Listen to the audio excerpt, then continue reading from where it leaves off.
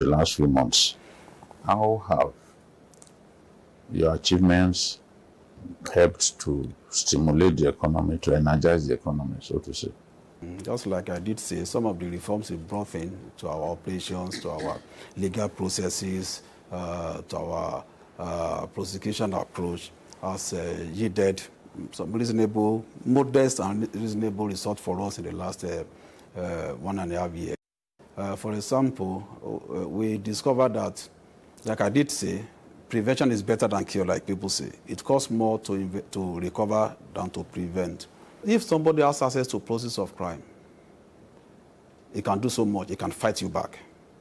So the first thing we do now is to look at the assets. We deprive people from access to the process of crime so that they will not be able to fight back.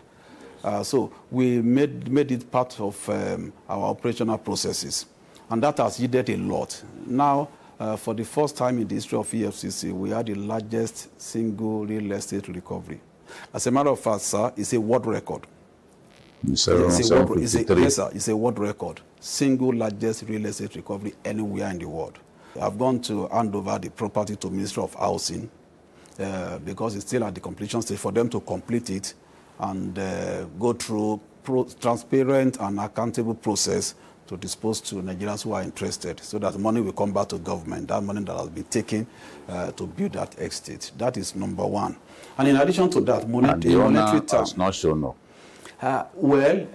Somebody went to court to challenge, but the court threw it out that you can't provide means of legitimate earning that would have acquired this kind of property. You know, when we investigated that matter and recovered the... Did it go to court before the time ceiling? No, it didn't. It didn't show up. Meanwhile, we published for 14 days. Nobody showed up. But after the forfeiture order was given, he now went to the court to challenge it. So number one, just like you said, the first question is, where were you for those 2 weeks? Because we know you are in this country, you didn't show interest. Now you came back. Even when you came back, you didn't show proof that you earn enough money within your period of service to have been able to acquire this kind of property. So the thing was thrown out, and you need to read the judgment. The judge actually did a great job and said, look, it is time for us to be held accountable for what we do. So in addition to that, we also made some reasonable substantial monetary recovery, into several hundreds of billions of naira, which has also positively impacted the economy. And I tell you 2 ways. You must have heard that part of the recovery we made last year was appropriated to the NEF fund, the student loan. In fact, it was part of our money that was used to take off, to set off that program. Now over 200,000 students had benefited from that program. It's a major plus. And also the credit corporation, where civil servants can also easily go in and obtain credit at probably one single-digit interest rate. It was also 50 billion of part of our recovered asset that was used to set up that project as well. And civil servants can go in now and take credit. Because one of the contributing factors to corruption and financial crimes in Nigeria is the inability of people who have worked for so many years to be able to, at least live a minimum standard lifestyle. If you have worked for 10 years as a civil servant, you can't even afford 2-bedroom flat. Because everything we do in Nigeria is cash-based. And when an economy is driven by cash, everything you do, you pay 100%. There is no way, sir. 1,000 EFCC will not fight corruption. So what we said, if we have credit transactional system, it will help us. If you work for 5 years, you'll be able to have access to credit and buy a 3-bedroom bungalow. And for the next 10 years, you will be paying in such a way that it will not have so much negative impact on your income. You will be comfortable. Your propensity to steal will be reduced. So that's part of the impact on the economy that we have channeled our recovery, the assets we recover to. And also, sir, we have also reviewed our processes, particularly in the area of operations. I want to emphasize this. Our work is not all about handing people or making noise. If you are under investigation and your account is blocked, and what we are investigating you for is about 5 million naira, and you have a company, you have employed people and generating income, you are paying your tax. So that's what we are investigating, is maybe tax evasion or similar offenses. What we now do is, look, we separate the money that is equivalent of what we are investigating in your account. We set it apart. We block that. So that you will be able to run your business.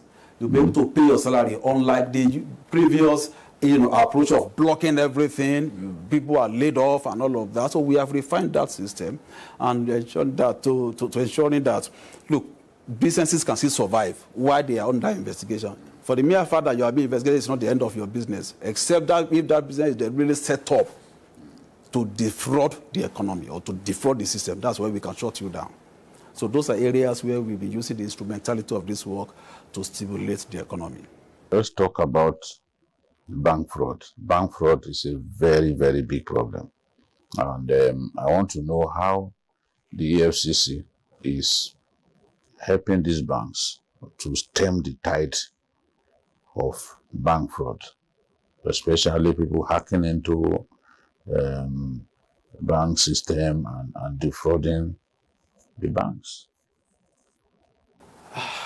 Another major crisis we might be having on our hands, in the nearest future, if we don't do something drastic, which we are doing now, is the issue of this bank fraud you have talked about.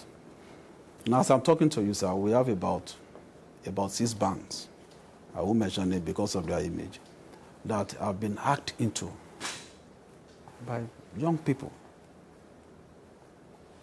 One, we've been able to save about 9-something billion for the bank. Major banks. Yes. The other one, we've been able to save about 6-something billion. That's what we are doing now. We save about 3-something billion. Now, what people do is to get a device. They will plug it. They actually do it in connivance with the insiders. Yes, bank staff. Bank staff. They will plug it into their platform. Wherever the other person is, even if it's outside Nigeria, he will be able to control the platform of the bank. Wow. The suspect. So from there, wherever, whether it's in Eastern Europe or America, it can move money. Just the way your bank account officer can move your money in and out of your account. So you can move money in a second. They can move billions. So what they now do is to move that money. They may not be able to move the money out completely, but they now distribute it to the account of so many customers.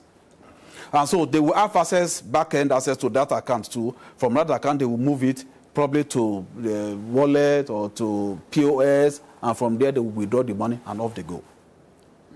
And so that is in thing. Now, so many banks are vulnerable as I'm talking to you now. But that may not have been possible without the connivance of the bank staff. They do it in actual connivance with the bank staff. So it's an area that has actually attracted our attention, and we are doing so much there. But because of the impact of the economy, we are not making so much noise about it so that people don't get panic and say they want to withdraw their money and all of that. It's not the fault of the bank, but it's the fault of the staff of the bank, some of the staff. And that's why we have told the bank executives, look inwards. There is no way this fraud would have been carried out successfully without the connivance of your staff. In all the cases we have seen, in all the cases, we've always seen the hand of bank staff in it. Okay, let's talk about CBEX. I wonder if you have an update for me on CBEX. We have gone far on CBEX. We've been able to recover a reasonable amount of money, even though in crypto wallet, in wallet, the same way the money was taken from them. There's no way you will get them dollars in cash without necessarily going through the same process. We have gone far. We have made reasonable arrests. People are talking. Like I said, we are not going to give out much because we don't want the process to be vitiated. We are still after quite a number of people that we have declared wanted. We are still investigating a lot of wallets. And I will just give a bit of an idea of how that thing worked, so that people, Nigerians, will also be aware. Now they came in. Most of these perpetrators are foreigners. They came in. They engaged the services of Nigerians who register companies for them. Whether at that stage, whether they knew what they were going to go into was fraudulent or not, we wouldn't tell. But from our investigation, we are getting clue to that. So they register the companies, and they use them to create awareness. In fact, they have seminars. We have the tape of their seminars and their conferences. They bring in professionals, people who are specialists in capital market. Yes, there was the case that they bring a PhD holder, a specialist in capital market, is also talking to us now. And so they brought them in, they lecture people. So when you see such caliber of people, you will be convinced. So people started going, withdrawing their money, changing it into dollar. From dollar, they now put it in cryptocurrency, in crypto wallets. Yes. So from that, they moved the money to other cryptocurrency wallets. Now, so the crypto wallet they moved the money to, we call them non-custodial wallets. In other words, they don't have no KYC, you can't trace it to anybody. So from the non-custodial wallet, they move it to some wallets in Europe, Eastern Europe, particularly Cambodia and all of that. And from there, they dissipate the money. But we've been able to block some of those wallets where money have not been fully dissipated. That is to the extent that we have gone now. So Nigerians should be aware. And I even learned that there are still some of these perpetrators in the system. Yes. Nigerians are still falling victims. I believe people should learn from this. And I said it some time ago. I said, look, when the going was good, when people were getting 100%, nobody told the EFCC. But when the bubble busted, everybody is blaming EFCC that we see them. But I told people 2 weeks earlier, sir, 2 weeks earlier before that bubble busted, we released a list of 58 companies, 58 that we have investigated. We have 5 charges against. Quite a number of them have been convicted. Yes. For pyramid scheme. Those who have not been convicted, so a lot of them are pleaded guilty. And we told Nigerians, we listed their names. Beware. And we wrote to CBN, we wrote to SEC. So we are working together with them. So CBS, we have gone far, but unfortunately, we need to also let people know. It appeals to the greed of some people, and Nigeria should be aware. If there's any business idea that says we'll give you 100% in 1 month, not even 1 month, in 3 months, sir, not anywhere in the world, run away from it. Mostly going to be pyramid scheme. How worried are you about the influence of foreigners on in the quantum of advance fee fraud that we experience in our country, the Chinese especially? How bad is the situation? It's quite worrisome, sir. We are privy to the operations, the sting operations we carried out in Lagos, where about 194 foreigners were involved. 194 in one single operations. Arrested in just one building. The operations took us about 7 hours, each free. 194, about 140 Chinese, about another 40 Filipinos, about some people from Pakistanis, Kyrgyzstan, and it was mind-boggling. It has revealed a lot of things. A lot. We have involved other law enforcement agencies because we saw some aspects that have to do with terrorism and all of that. Mm. So we have written to DSS, written to the Nigerian police, informed the Office of the Attorney General. But the aspect of the money laundering and the advance fee fraud aspect of it, we have taken into court. We are in court with all the 194 foreigners. Right now, they are in the detention facilities, and we are in court with them. But it is something that should be of concern to all Nigerians, sir. And I want to say this. Let us open our eyes. Let's be sensitive to some of these foreigners operating around us. A lot of them have come to destroy our economy. Quite a number of them. But there are a lot of them who are doing their genuine businesses. But let Nigerians be aware. Once they see something that sounds suspicious or looks suspicious, let them come to law enforcement. We know how to handle it, but we should not close our eyes. They are not only operating in Nigeria. This particular case, the CBI case, we discovered that they are operating in Egypt, they are operating in Kenya, they are operating in Cambodia and Myanmar.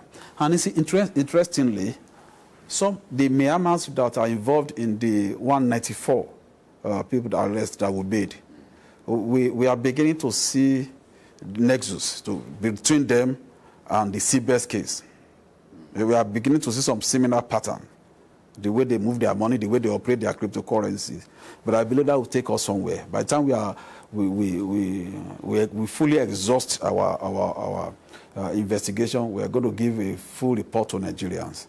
so that they will have an idea of, what we have discovered and how to avoid such things from happening going forward. Are they working with some Nigerians? Are they, because the other day, the Ghanaians discovered that some Nigerians were involved in human trafficking, and that the people trafficked were actually being used for advanced fee fraud, which I had never had before. They traffic people to use them as slaves and all that, but Nigerians were trafficked from here to Ghana to do advanced fee fraud, and they rented a big apartment for them, put them there.